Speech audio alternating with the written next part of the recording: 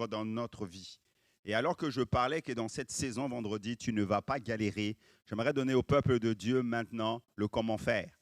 Comment se préparer pour que cette nouvelle saison, non seulement tu ne galères pas dans cette nouvelle saison prophétique qui s'ouvre devant nous. Pour ce faire, j'aimerais lire avec vous dans la parole de Dieu en Genèse 8, à partir du verset 21. Alléluia, Genèse 8, 21. J'espère que dans le temps qui m'est imparti maintenant, j'aurai la possibilité de terminer ce message. Genèse 8, 21. La parole de Dieu déclare: l'Éternel sentit une odeur agréable et l'Éternel dit en son cœur: je ne maudirai plus la terre à cause de l'homme, parce que les pensées du cœur de l'homme sont mauvaises dès sa jeunesse. Et je ne frapperai plus tout ce qui est vivant comme je l'ai fait, tant que la terre subsistera. Le semail et la moisson, le froid et la chaleur, l'été et l'hiver, le jour et la nuit ne cesseront point. Et nous disons Amen. Alléluia. Luc 19, 44. Ils te détruiront, toi et tes enfants au milieu de toi, et ils ne laisseront pas en toi pierre sur pierre, parce que tu n'as pas connu le temps où tu as été visité. Et nous disons Amen. Comment se préparer prophétiquement pour cette nouvelle saison qui s'ouvre dans notre vie? Amen. Il s'agit de comprendre dans ces messages les saisons qui sont devant nous pour mieux les préparer et pour mieux les anticiper. Et je vais parler dans ce message de toutes les saisons que nous pouvons voir dans la parole de Dieu. Et dans l'expression saison, il y a non seulement une dimension littérale, mais il y a aussi une dimension spirituelle que nous voulons comprendre ce matin, afin que les saisons qui s'ouvrent devant nous, puissions comprendre comment Dieu travaille, parce que Dieu est dans les saisons, il est un Dieu de saisons. Amen. Et d'ores et déjà, j'aimerais vous dire que lorsque nous lisons la parole de Dieu, on distingue qu'il y a 4 types de saisons dans la Bible. Il y a 4 types de saisons et c'est ces 4 types de saisons que j'aimerais voir avec vous. Plaise à Dieu de me donner assez de temps pour que ce matin, on puisse voir les 4 types de saisons. Amen. La première saison que nous voyons dans la parole de Dieu, elle est située dans Genèse 8, c'est la saison naturelle. C'est la saison naturelle parce que Dieu nous a mis dans un environnement. Et cette saison naturelle, c'est ce qui est littéral, c'est ce que nous voyons. Il y a des cycles naturels que Dieu a ordonnés. Et quand on parle de cette saison dans la parole de Dieu, on fait référence à des cycles naturels que Dieu a ordonnés pour l'humanité. Et dans l'humanité, sur la terre que nous sommes, il y a un fonctionnement qui se traduit en cycle. Il y a des mouvements du vent, il y a toutes sortes de conditions atmosphériques qui sont là. Il y a des éléments dans l'air, il y a des éléments dans la terre, dans la faune, dans la fleur. Et tout ce mélange-là fait que nous, au milieu de cela, on est là, on est à notre place parce que Dieu aussi nous a tirés de la terre. On est dans cet environnement-là. Dans certains coins du monde, il y a 2 saisons. En Occident, il y en a 4. On parle de la saison sèche dans certains endroits. On parle de la saison froide. Et nous, bientôt, on s'en va dans une saison froide. Et même cette saison froide-là, elle annonce quelque chose. OK? Et c'est comme ça qu'il faut comprendre. Alors, la Bible reconnaît que Dieu a établi les saisons et ces saisons sont là pour nous servir de signe. Et c'est ça qui est important, pour rappeler que Dieu est toujours en train de veiller sur l'humanité, comme il a écrit dans Genèse 8. Et ces saisons-là sont en train de nous parler ainsi. Vous savez, on a lu ensemble dans Genèse 8, Dieu va dire à Noé, alors qu'il a fait une alliance avec Noé, je ne détruirai plus la terre. Tant que la terre subsistera, tant que ce monde sera là, tant que les êtres humains seront là sur cette terre, sur cette planète, voici, je vais garder le cycle de cette façon permanente. Il y aura toujours chaud, froid, été et hiver. C'est comme si Dieu disait que désormais, je ne veux plus interrompre ce cycle-là. Il y aura toujours ce cycle. Le cycle naturel des saisons. Et Dieu va faire une alliance avec Noé au travers de cela. Vous savez que dans Ecclésiaste au chapitre 3, à partir du verset 1er, il est écrit « Il y a un temps pour toute chose. Sous les cieux, il y a un temps pour tout.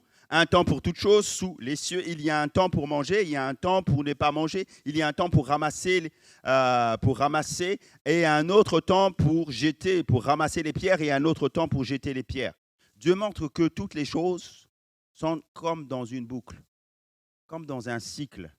Il y a un temps pour qu'il fasse froid, un temps pour qu'il fasse chaud, un temps pour entreprendre certaines choses, un temps pour faire ceci. Il y a une temporalité, un cycle, une sorte de boucle. Et ce changement-là permet à certains fruits de se manifester dans leur saison. Écoutez bien. À certains fruits de se manifester dans leur saison. Il y a des arbres, il y a des éléments qui se manifestent dans leur saison. Et quand on les mange, nous, dans leur saison, ça produit un effet bénéfique pour nous. De la même manière qu'il y a dans une saison des fruits qui se manifestent, j'aimerais vous dire que d'une manière spirituelle aussi, il y a dans une saison certains fruits qui se manifestent. Et à nous de voir dans quelle saison nous sommes. On a besoin des changements de saison. Ce n'est pas en vain que dans certaines saisons, seuls certains types de fruits naissent. Cela n'est pas en vain. C'est qu'il y a derrière un travail de Dieu. Amen. Mais là, on constate que Dieu a placé dans ces saisons naturelles aussi des principes. Il y a dans ces saisons naturelles des principes spirituels. Maintes fois, lorsque vous lisez la parole de Dieu, Dieu se sert de l'aspect naturel pour nous parler de l'aspect spirituel. De la même manière qu'il y a ces saisons, automne, hiver, été, printemps, spirituellement, Dieu aussi nous parle de quelque chose. Peut-être que tu es dans une saison froide, ou peut-être que tu es dans une saison désertique. Mais j'aimerais te dire que si tu es dans cette saison où tu sens le désert, mais j'aimerais te dire que Dieu fait des saisons de sorte qu'aucune d'elles ne soit permanente. Les saisons sont des cycles inévitables qui se succèdent.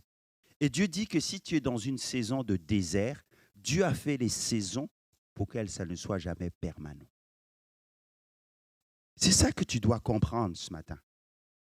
La saison, elle n'est jamais permanente. Donc, lorsque tu subis certaines choses, ne va pas dans ton esprit penser que ce sera toujours.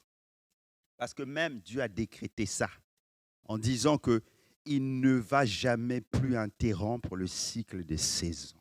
À plus forte raison, le spirituel qui est derrière. Et il te faut comprendre cela. Alléluia.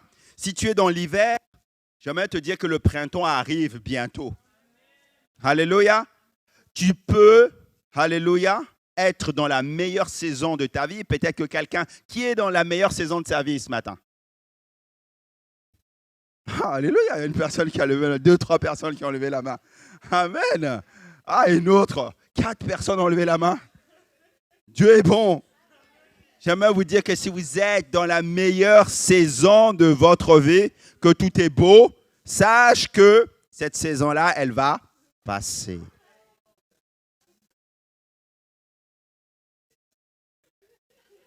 L'hiver arrive, voilà là où je m'en viens.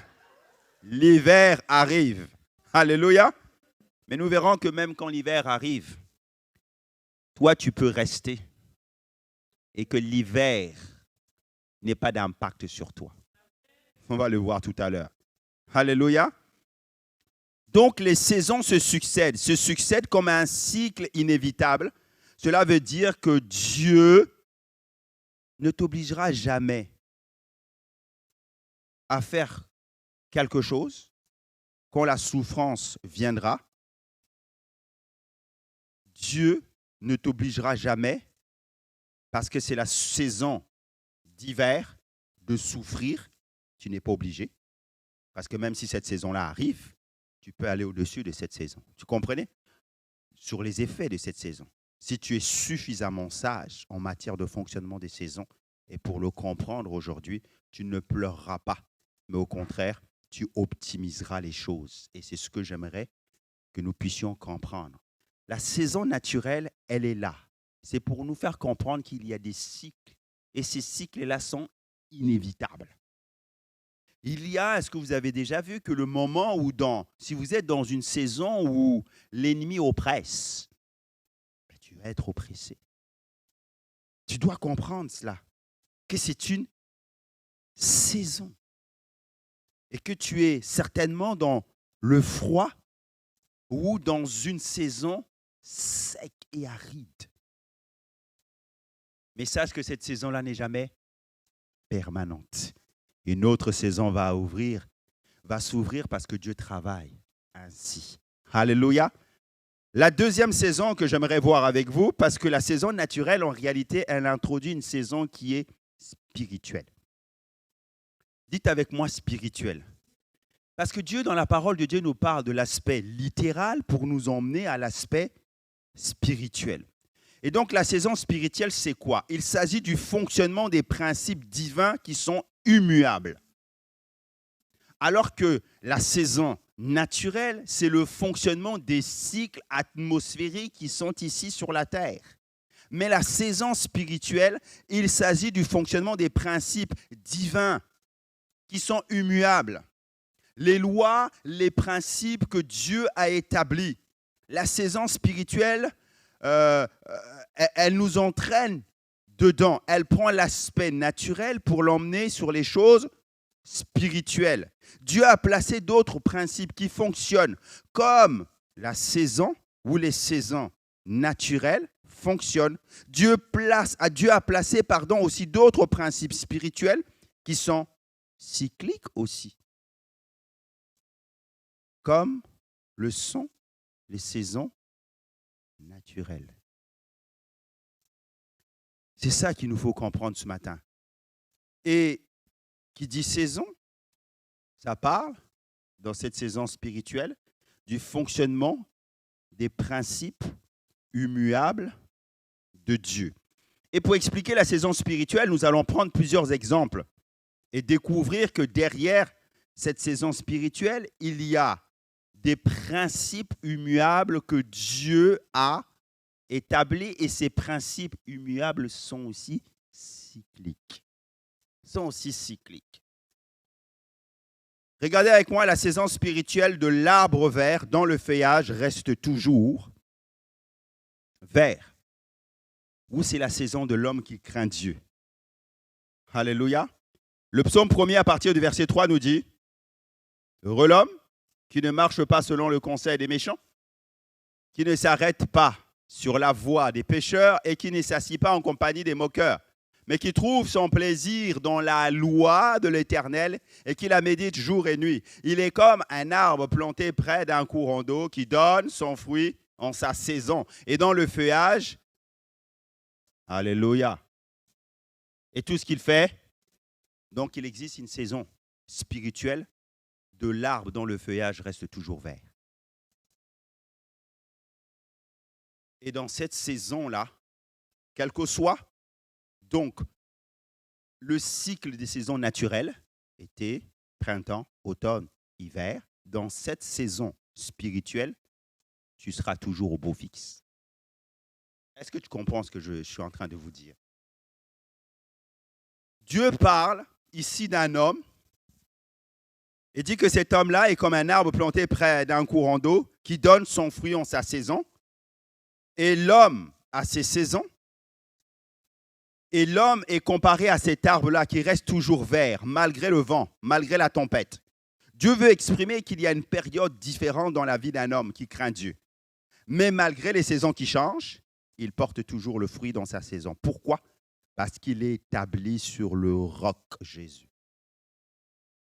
Les mauvaises nouvelles peuvent venir, les difficultés peuvent venir, la crise peut venir, mais parce que toi tu es établi sur le Christ, tu es dans ta saison verte. Et rien de cela ne peut t'atteindre parce que le Seigneur te dit, ne vous inquiétez donc de rien. Et à chaque jour suffit sa peine. Il est celui qui se lèvera toujours le dernier dans ta situation. Et Job l'a expérimenté. Ça, c'est la saison spirituelle de l'arbre dont le feuillage reste toujours vert. Si tu es cet homme-là, cette femme-là, sois béni. Alléluia. Parce que tu ne seras plus soumis au cycle naturel des saisons qui emmènent leur lot de danger. Cycle naturel le cycle naturel, c'est ce qui s'est passé dernièrement dans le monde, là où les tempêtes viennent. Quand la tempête, elle vient, elle écrase tout, elle emmène tout. Elle crée quoi? Désolation, pleurs, difficultés, détresse et mal. Donc, si tu es dans cette saison spirituelle de l'arbre dont le feuillage reste toujours vert, malgré ce cycle naturel, s'il vient, non seulement ta maison, elle est gardée, ou même si ta maison n'est pas gardée, comme pouvait dire à Daniel et ses compagnons, l'Éternel sera avec toi. You understand? Alléluia. Yes. Continue. Donc, l'homme qui craint Dieu, quel que soit le changement de la saison, son feuillage restera toujours vert. Pourquoi? Parce qu'il est établi sur le Christ. Alléluia. Amen. Une autre saison spirituelle, c'est la saison spirituelle des semailles et de la moisson. Galates 6, 8, 10 nous dit, celui qui sème pour sa chair, moissonnera de la chair la corruption, mais celui qui sème pour l'esprit, moissonnera de l'esprit la vie éternelle. Ne nous lassons pas de faire du bien, car nous moissonnerons au temps convenable si nous ne nous relâchons pas, Ainsi donc, pendant que nous en avons l'occasion, pratiquons le bien envers tous et surtout envers les frères en la foi et nous disons Amen. Donc, Paul est en train d'expliquer ce principe-là que celui qui sème moissonne. Par conséquent, celui qui sème de la chair moissonnera de la chair. Celui qui sème de l'esprit moissonnera de l'esprit la vie éternelle. La chair, elle est amenée à la corruption, elle se corrompt, mais l'esprit apporte la vie éternelle. Alléluia. Donc, ne nous lassons point de faire le bien, car nous moissonnerons au temps convenable. Et cette expression-là, elle est importante pour nous. Il parle de quoi, Paul? Il parle de la générosité comme une œuvre d'agriculture. Il est en train de dire, de prendre cette image des cycles naturels où on moissonne, et il parle maintenant de cette saison spirituelle qu'il y a dedans, en disant que, en réalité, ce que tu es en train de faire, c'est comme l'agriculture. L'agriculteur qui va prendre soin de ce champ-là et qui, quelques mois après, va récolter. Il parle de cette générosité-là. Parce que le fruit qui en revient, c'est un fruit qui va te bénir. Il dit que celui qui est généreux, c'est comme un agriculteur qui s'en va semer. Parce qu'il récolte au temps convenable. Il dit que si nous posons aujourd'hui les actes de bonté, les actes de générosité, c'est comme être pendant la saison des semailles. Tu vas récolter. Et ça, c'est une saison. Ça veut dire qu'il y a dans ta vie une saison où Dieu va t'emmener à faire cela, à semer la générosité, à semer des actes de bonté, des actes pour aider, où tu vas être généreux. Généreux, c'est à tous les termes, dans tous les termes, soit physiquement ou spirituellement. Et Dieu dit, dans cette saison-là, tu es en train de capitaliser pour que la saison où, on va en parler tout à l'heure, de la visitation, tu puisses être visité par Dieu. Quelqu'un dit amen à cela. Donc, il y a une saison des semailles pour récolter la moisson. Alléluia. Au temps convenable. Et l'expression ici, elle est tellement importante parce que le temps de moisson viendra et notre générosité payera et on dit amen. Donc, il existe comme ça des principes bibliques qui nous montrent que la vie des êtres humains est spirituelle. Elle est spirituelle. Et comment Dieu, à un moment donné, peut visiter son peuple si nous savons semer dans la saison. Il y a une saison où c'est cette saison des semailles et des moissons où Dieu te fait rencontrer des personnes. Et ce que Dieu te demande, c'est de semer dans leur vie. C'est de pratiquer ces actes de générosité, de bonté, d'aide. Ou comme je disais vendredi, où tu ne vas pas regarder à toi-même, mais tu vas regarder aux autres. Une saison où toi, tu vas capitaliser pour que dans l'ouverture de l'autre saison, tu puisses récolter. Alléluia.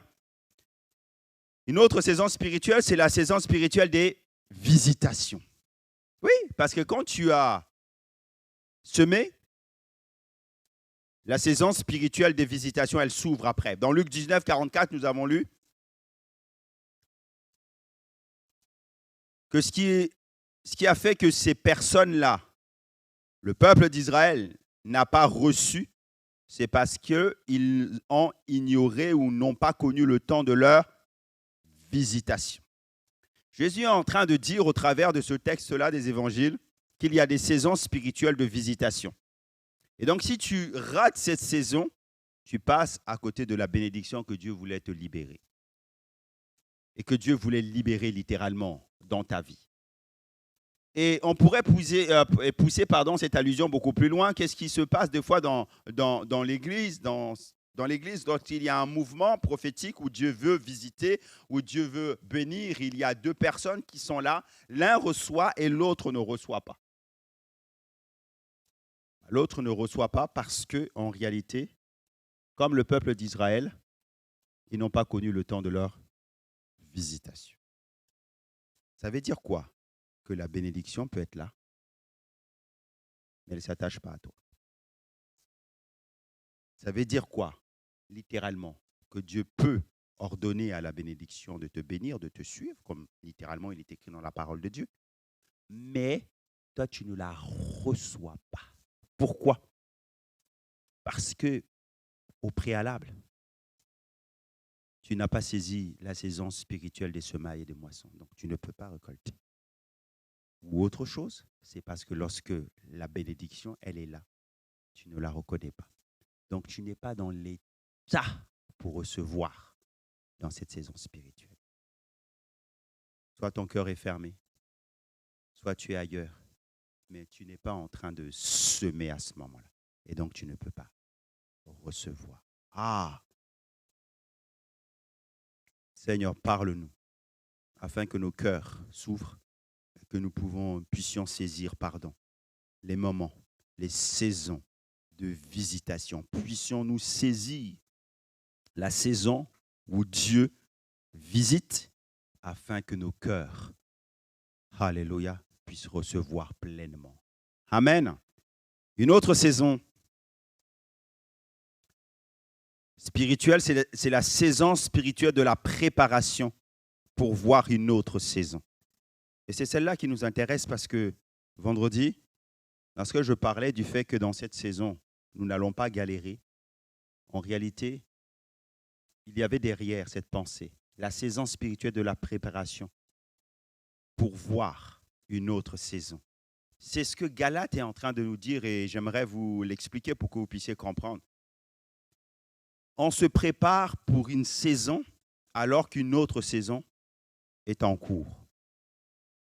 Ça veut dire que quand Dieu parle, il te met toujours dans un mouvement en avant. Tu es là, mais il te met dans un mouvement en avant. C'est l'une des pensées claires qui apparaît aussi dans ce texte de Galates 6. Paul dit, ne nous lassons pas de faire le bien, car nous moissonnerons au temps convenable. Il parle de la saison des semailles et il parle aussi de la saison des moissons.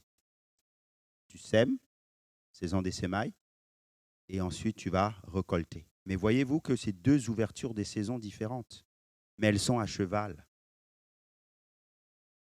l'une avec l'autre. Alléluia. C'est-à-dire que quand nous sommes en train de semer le bien, on va finir à un moment donné par récolter ce bien-là que nous semons. OK? Il nous dit, Paul, Tu ne dois jamais arrêter de semer pendant que tu es encore en train de travailler dur dans cette saison de semaille. Dieu activera la saison de moisson pour toi après. Elle va venir.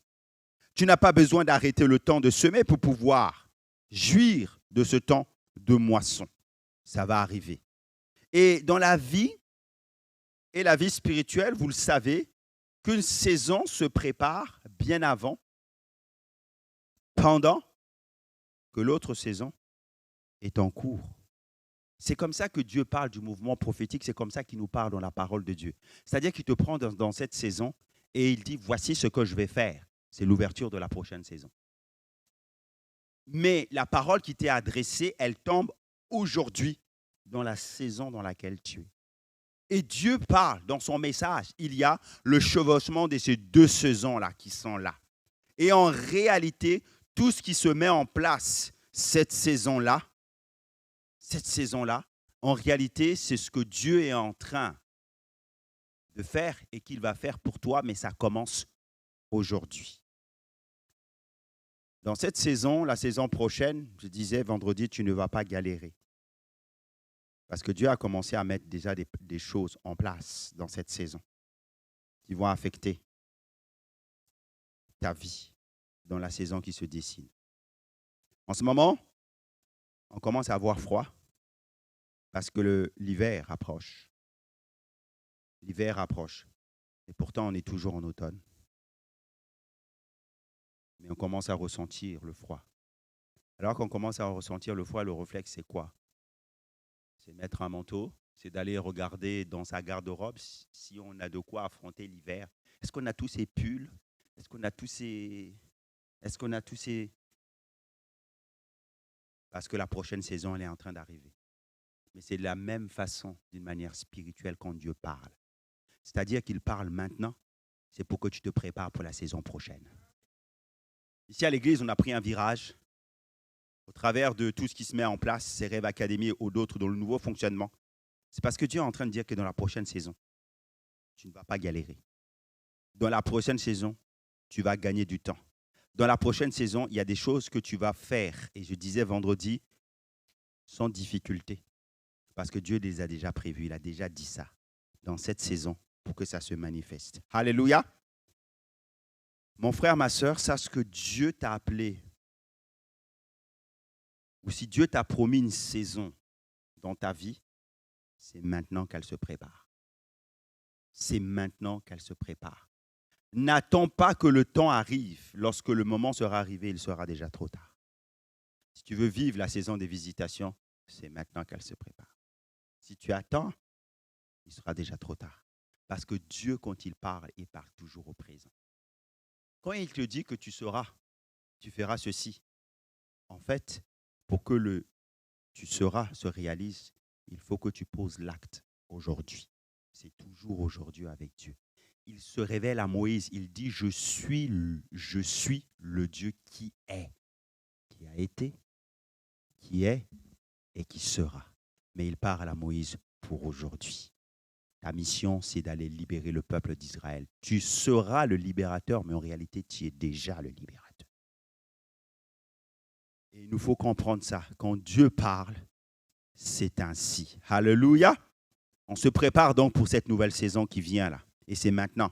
C'est maintenant que nous devons manger, c'est maintenant que nous devons boire, c'est maintenant que nous devons être heureux. C'est maintenant que nous devons comprendre que Dieu a déjà béni. C'est maintenant que nous devons comprendre que Dieu a déjà relâché sa bonté et sa bénédiction dans notre vie. Alléluia.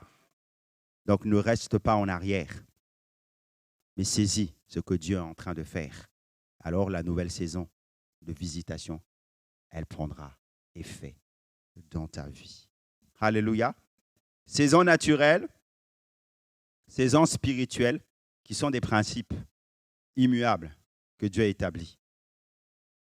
Troisièmement, la saison prophétique. Ah, moi j'aime cette saison. La saison prophétique. Alors, la saison prophétique ou des temps fixés par Dieu pour ses œuvres. Dans la Bible, quand vous trouvez le sens de saison, souvent, il est aussi question de cette saison prophétique. qui en réalité, ce sont des subdivisions de temps que Dieu a déjà fixées dans son dessein et qui ne changeront pas. Je répète, ce sont des subdivisions de temps que Dieu a déjà fixées dans son dessein et qui ne changeront pas. Dans la prophétie, Dieu annonce des choses qui sont à venir, qui vont se réaliser. Ce sont des choses qu'il a déjà scellées. Il y a une partie de la prophétie que nous connaissons. Dieu l'a déjà annoncée. C'est la parole, la plus belle et la plus forte des prophéties, elle est là. Elle est là, dans la Bible. Et nous allons comprendre que dans cette prophétie, il y a des subdivisions de temps que Dieu a déjà fixées dans son dessein et qui ne changent pas. Parce que quand Dieu parle, ça s'accomplit. Il soutient sa parole avec puissance. Alléluia. On va vous dire que le monde dans lequel nous sommes prend une direction que nous savons par rapport à la prophétie que cette direction-là, elle est mal. Parce que l'Écriture nous dit que la terre chancelle comme un homme ivre. Les hommes vont aller de plus en plus dans le mal. L'Écriture nous dit que dans les derniers temps, les hommes seront fanfarons, égoïstes, amis de l'argent, et ainsi de suite. Ils vont renier toutes les valeurs chrétiennes. Et l'homme va se vouer davantage au péché jusqu'à vouloir contrôler l'humanité. Au travers de toutes sortes d'alliances, d'associations, les nations se lèveront contre une autre nation. Il y aura en tout lieu des bruits de guerre. C'est ce que nous voyons. Mais malgré tout cela, qu'est-ce qui se passe? La saison prophétique, elle dit que Jésus demeure le même hier, aujourd'hui et éternellement. Ça ne change pas.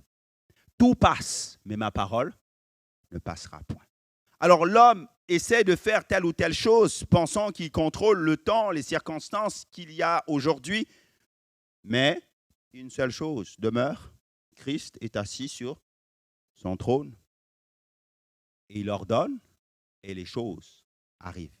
Et l'Écriture va jusqu'à nous dire que rien n'arrive sans que l'Éternel ne l'ait permis ou ordonné. Parce qu'il y a des saisons prophétiques. En un, les saisons prophétiques sont marquées par des repères du temps. Par des repères du temps. Autant le peuple d'Israël attendait l'arrivée d'un Messie, d'accord, vous vous souvenez? Dans Actes des Apôtres, chapitre 1er, à partir du verset 6 à 7, les disciples, à un moment donné, les apôtres vont poser une question à Jésus. Alors les apôtres réunis lui demandèrent, « Seigneur, est-ce en ce temps que tu rétabliras le royaume d'Israël ?» Il répondit, « Ce n'est pas à vous de connaître les temps ou les moments que le Père a fixés de sa propre autorité. » En réalité, les disciples savaient qu'il y avait des temps de repère, des saisons prophétiques connues, et ils posent à Jésus cette question. Et comment Jésus y répond? Jésus ne nie pas. Ne nie pas cela, mais il leur dit, ce n'est pas à vous de connaître ces temps prophétiques, ces saisons que Dieu a mis en place, mais elles existent. Elles existent. En plus, il leur démontre que c'est le Père qui a conçu cela avec son autorité, Alléluia.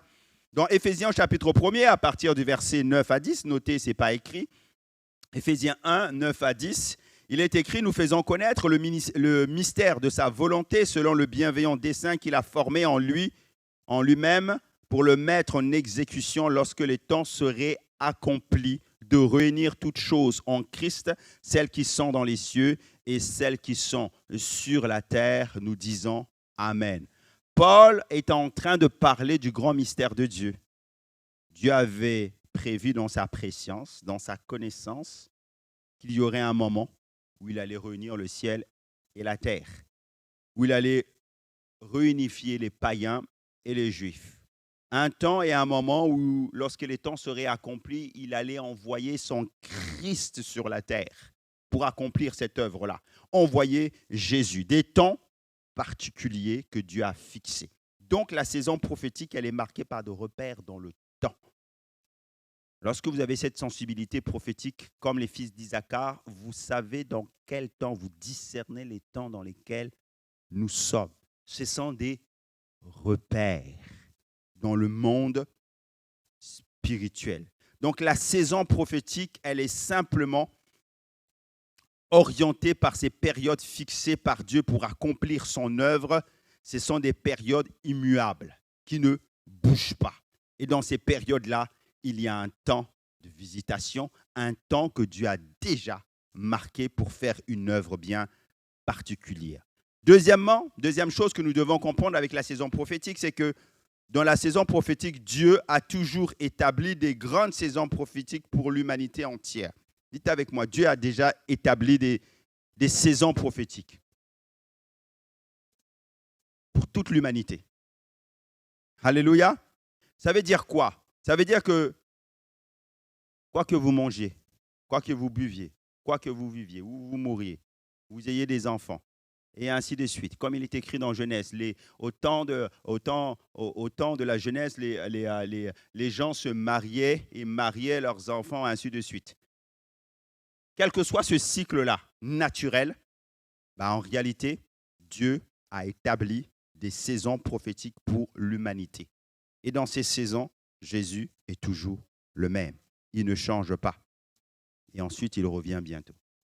Quelle que soit l'avancée technologique, quel que soit aujourd'hui, vous savez, l'homme cherche l'immortalité, ok? Au travers de l'intelligence artificielle pour pouvoir améliorer ou optimiser l'homme. Quel que soit cela, ça ne changera pas ce que Dieu a décrété de toute éternité. Jésus-Christ revient bientôt. Et dans ces saisons prophétiques que Dieu a établies, il les a établies pour un but bien particulier, pour faire quelque chose, pour agir d'une façon bien particulière. Et donc, que l'on soit capable de trouver la paix sur la terre ou de faire le gouvernement mondial, ceux qui espèrent en ça, ou de gérer les êtres humains, quelle que soit la manière dont l'homme va dessiner le futur de demain, Jésus reste le même. Parce qu'il a établi une saison prophétique pour faire telle ou telle chose. Et lorsque la saison s'accomplit, elle s'accomplit pour tout le monde, pour toute l'humanité. Et c'est cela que nous devons comprendre. Tout ce que vous allez me dire et que vous me direz ne changera rien forcément par rapport à la saison prophétique que Dieu a établie. Elle s'arrivera toujours. Troisièmement, ce que nous devons comprendre dans la saison prophétique, c'est celle-ci, c'est qu'il y a eu dans l'histoire biblique et l'histoire de l'Église des saisons prophétiques établies par Dieu. On pourrait parler des réveils, par exemple, du peuple d'Israël. Des temps que Dieu a choisis pour réveiller son peuple et l'attirer à lui. Donc la saison prophétique, elle sert aussi à cela, à nous attirer à lui. Et il a fait ça avec le peuple d'Israël. Par exemple, vous avez ce verset de Juges 17:6. En ce temps-là, il n'y avait point de roi en Israël. Chacun faisait ce qui lui semblait bon. Alors que le livre des Juges est caractérisé par cette phrase. Israël se retrouve donc dans une saison où ils sont en rétrogradation par rapport à Dieu, en perte de vitesse. Mais Dieu, à ce moment-là, va susciter des juges et va susciter comme des saisons de réveil à chaque fois. Ces juges vont venir pour 20 ans, pour 30 ans, pour 40 ans. Et pendant 20 ans, pendant 30 ans, 40 ans, Israël va remarcher avec Dieu.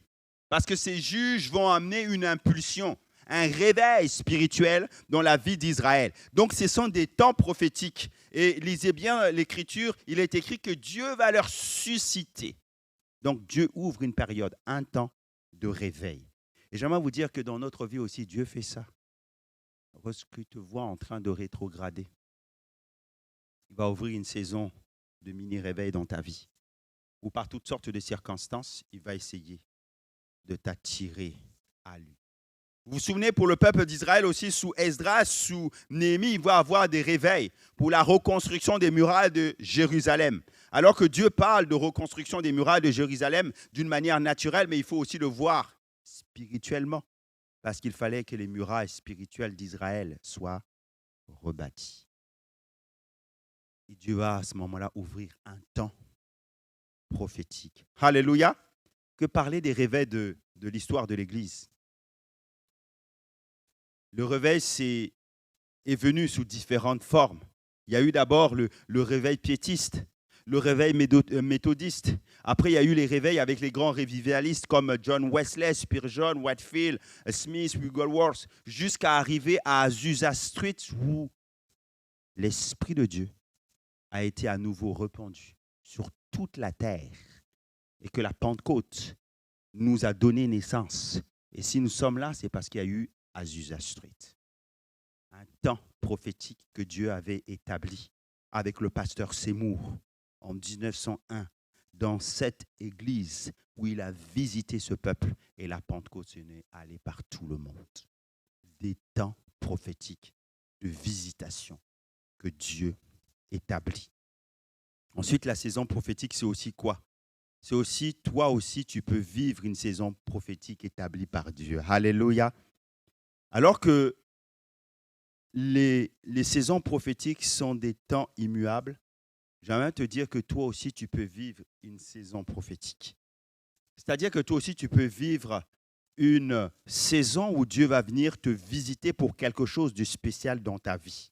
Ça peut être quoi? Ça peut être une percée, ça peut être une victoire sur tous tes ennemis, ça peut être un retour à Dieu pour quelqu'un. Ça peut être quoi? Un changement de vie total. Ça peut être quoi? Une grâce qui est relâchée.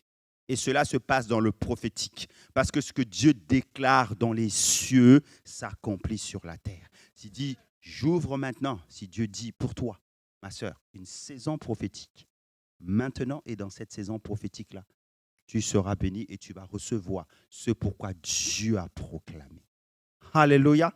Et il nous faut recevoir ça ce matin. Amen. Je finis avec ça, avec cette dernière saison. C'est la saison des visitations individuelles. Saison naturelle, saison spirituelle, saison prophétique. Et maintenant, il y a une saison de visitation individuelle. Et cette saison de visitation individuelle, c'est les moments où Dieu nous visite individuellement. C'est les moments où nous-mêmes, personnellement, dans notre coin, on se réveille.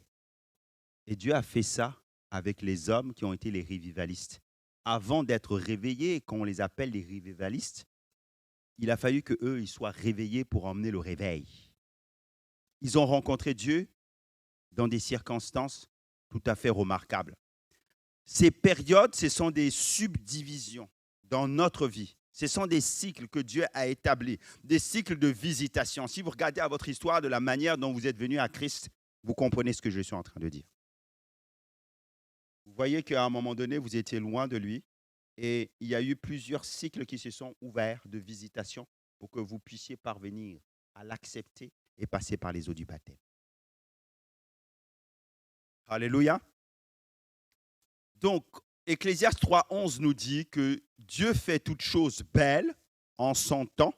Il a planté autre, au très profond de l'être humain, c'est dans une autre version, le sens de l'éternité, le sens de l'éternité. Mais pourtant, Ecclésiaste dit que l'homme est incapable de saisir l'œuvre que Dieu fait du commencement jusqu'à la fin. Mais il fait toutes choses belles en son temps et c'est ce que nous devons comprendre. Ça veut dire que Dieu a prévu des moments, il a posé des actes et lorsque ces actes-là arrivent, ils s'accomplissent dans ta vie. Est-ce qu'on peut dire waouh? Yes. Dans Luc 1, à partir du verset 24 à 25, il est écrit, et il est question de la visitation d'Élisabeth, qui est autre que la mère de Jean-Baptiste. Il est écrit, quelque temps après, Élisabeth, sa femme, devint enceinte. Elle se cacha pendant 5 mois, disant, c'est la grâce que le Seigneur m'a faite quand il a jeté ses yeux sur moi pour ôter mon opprobre parmi les hommes. Et nous disons, Amen. On sent ici un moment de visitation arriver pour cette maman, pour Élisabeth. Mais derrière, alors que vous lisez le texte biblique, ce qu'il faut comprendre, c'est qu'ils vivent, ce couple-là, un temps de sécheresse, une saison de stérilité. Parce qu'elle ne peut pas déclarer ça s'il n'y a pas un avant. Et boum, la visitation du Saint-Esprit vient. Une visitation divine. Et une nouvelle saison maintenant s'ouvre, celle de l'enfantement. Celle de l'enfantement et de la visitation individuelle d'Élisabeth. Alléluia. Ce matin, je veux parler à quelqu'un qui est sur le point d'accoucher. Qui est sur le point d'accoucher. Si vous comprenez bien, je dis qui est sur le point d'accoucher, ça veut dire que la saison prochaine, Dieu est déjà en train de la préparer. Tu vis comme Élisabeth ce temps de stérilité. Tu n'arrives pas à avoir d'enfant. Tu n'arrives pas à te projeter. Mais Dieu te dit que le temps maintenant est arrivé et que la visitation arrive maintenant dans le nom de Jésus. Ce matin, je parle à quelqu'un qui est sur le point d'enfanter maintenant, physiquement, d'enfanter maintenant, matériellement, d'enfanter maintenant, spirituellement. Et le Saint-Esprit te dit maintenant, dans ton projet, dans le nom de Jésus, la visitation vient maintenant, elle se produit. Et les ressources que toi, tu n'avais pas financières se manifestent maintenant. Et les ressources que toi, tu n'avais pas en connexion se manifestent maintenant dans le projet que tu as.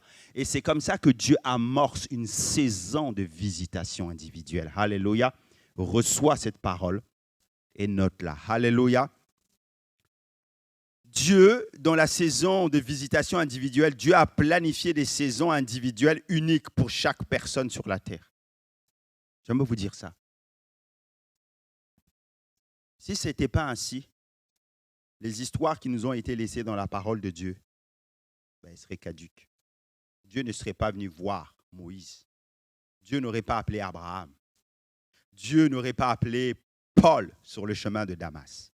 Donc, il existe des visitations individuelles que Dieu a planifiées d'avance pour nous, pour chacun d'entre nous. Je dis à quelqu'un, la saison du mariage arrive. Alléluia. Elle est là pour toi. Elle est là pour toi. En réalité, lorsqu'elle arrive, ça veut dire qu'elle est déjà là. Prépare-toi. Prépare-toi. Alléluia. Pour chacun d'entre nous sur la terre, Dieu a planifié des moments de visitation, une saison où il va nous visiter. Jésus regarde sur Jérusalem et il dit, et il pleure, il disant, Jérusalem, Jérusalem, pourquoi n'as-tu pas connu le temps de ta visitation? Laissez-moi vous expliquer cela. Tu n'as pas connu le temps de ta visitation parce que lui, il était là et Israël n'a pas. Mais Dieu avait planifié d'avance des temps de planification, de visitation, mais ils sont passés à côté. On l'explique un peu plus mieux ici, là. Ce qu'il faut comprendre dans la saison de visitation individuelle, c'est ça, c'est cette phrase-là aussi, et je vais terminer avec cela. Ce n'est pas parce que Dieu nous visite que nous reconnaissons le temps de notre visitation. Et ça, c'est le drame, ça a été le drame du peuple d'Israël, et je prie pour que ça ne soit pas le drame du peuple de la Pentecôte aujourd'hui. Alléluia. Et c'est important de reconnaître cela. Ce n'est pas parce que Dieu visite que les hommes reconnaissent le temps de leur visitation. Pendant 33 ans, Jésus était là et il a visité le peuple d'Israël. Mais ils n'ont pas connu le temps de leur visitation. Ce qui veut dire que la visitation peut être là, la bénédiction peut être là, et toi, tu ne la reconnais pas. Et toi, tu ne la reconnais pas. Parce qu'en fait, tu as des ornières sur tes yeux. Parce que tu as des chemins de pensée qu'on appelle des forteresses.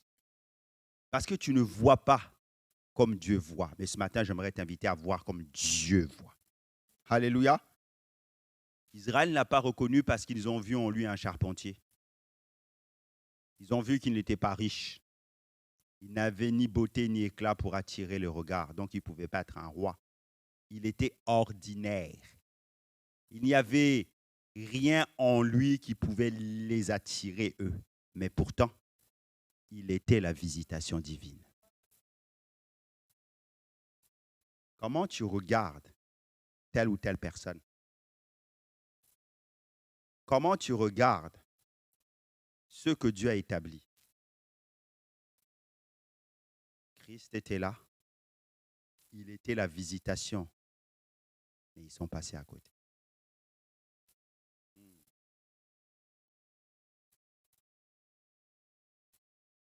Je répète, ce n'est pas parce que Dieu est en train de nous visiter que nous sommes capables de juger au maximum cette visitation.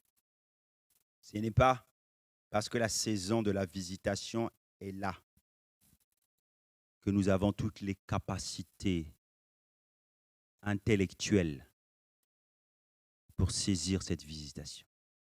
Voilà pourquoi, mes frères et sœurs, il faut avoir la sagesse. Demandez la sagesse à Dieu. Seigneur, rends-moi sage pour que je puisse reconnaître quand tu visites. Rends-moi, donne, accorde-moi le discernement pour que je puisse reconnaître et maximiser le temps de ma visitation. Soyez bénis ce matin, peuple de Dieu. Est-ce qu'on peut incliner nos fronts et prier ensemble? Alléluia.